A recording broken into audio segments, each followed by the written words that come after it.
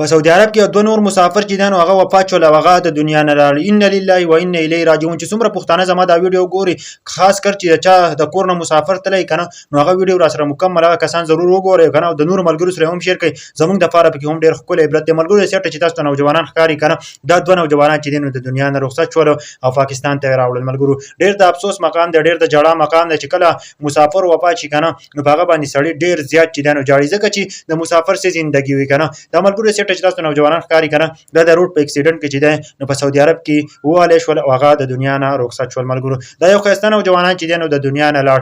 مرګ چې دی نو هر ټیم کې راتللی شي. خاص کر زه د کور خلکو ته دا پیغام ورکوم چې خپل مسافر چېرته هم مه تنګوئ. د مسافرو زندګي ډېره زیاته سخته وي ځکه چې هغه همیشه دپاره ټول عمر دپاره چې دی نو په مزدورۍ کې لګیا وي، د ټول عمر دپاره په سختو کې لګیا وي. هغه داسې وسپنې چوځئ نو د خپل کور خلکو دپاره و داسې ټیم راشي چې هغه مسافر د دنیا نه چې دی نو رخصت شي، یو نوجوانۍ کې د دنیا نه لاړ شي، هغه ارمانونه چې دی نو د دنیا نه هم لاړ شي، ختم شي. ملګرو ډېر د افسوس مقام دی کنه چې څومره کسان زما دا ویډیو ګوري خاص کر مسافر هغه هم احتیاط کوئ چې چېرته تاسو مسافرو ته خبرې کوئ نو هغو ته تسلي ورکوئ کنه چې مسافر مه خفه کوئ. خاص کر نن سبا چې دی نو د کورونو لانجې وي د ښځو لانجې وي او هغه چې دی نو مسافر پریشانه کړي، مسافرو ته تکلیف رسوئ نو چېرته هم داسې کار مه کوئ یار. مسافرو ته تکلیف مه رسوئ، هغو ته داسې خبره مه کوئ چې هغو ټینشنیان کېږي، هغو ټینشن کوي، هغوی یو پله په بل ملک کې وي او بیا چې دی نو ته دې ځګي نه ورته داسې خبرې وشي چې هغو ته ټینشن راشي، هغو چې دی نو سوچ کوي په هغو باندې پریشر راشي نو ولی کنه چې هغه داسې وي او زندګي هم ختمېږي. ځکه چې موږ ټول د دنیا نه رخصتېږو. دا خبره نه کوم چې انسان باندې پریشر راشي هغه د دنیا نه رخصت شي.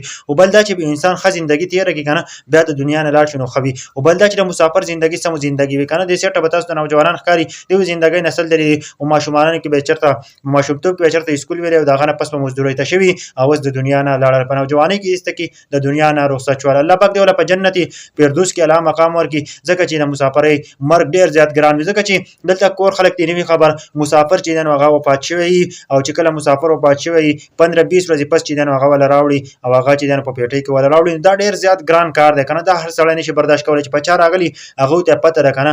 ډېر د افسوس مقام دی، ډېر د جړا مقام دی چې څومره کسان یې نو دې ته دعا وکړي چې الله پاک وله په جنت الفردوس کې اعلی مقام ورکړي ځکه چې ډېر ګران کار دی چې په بل ملک کې وفات شي او هغه چې دی نو بیا خپل ملک ته راوړي او بیا د کور خلک ته خبرېږي نو هغه چې دی نو هغو په زړونو باندې به څه تېرېږي چې مخکې خبر شي کنه هغه په هغه ملک کې پروت دي او نو هغه خلکو ته چې دی نو ډېر زیات تکلیف وي او ډېر زیات چې دی نو هغه په تکلیف کې وي. ملګرو نو ما ټولو ته خواست دی خپل مسافر چې دی نو مه تنګوئ. د مسافرو زندګي ډېره لنډه تنګه وي کنه او دا مسافر چې دی نو وفات شوي دي د دنیا نه رخصت شوي دي د روډ په اکسیډنټ کې.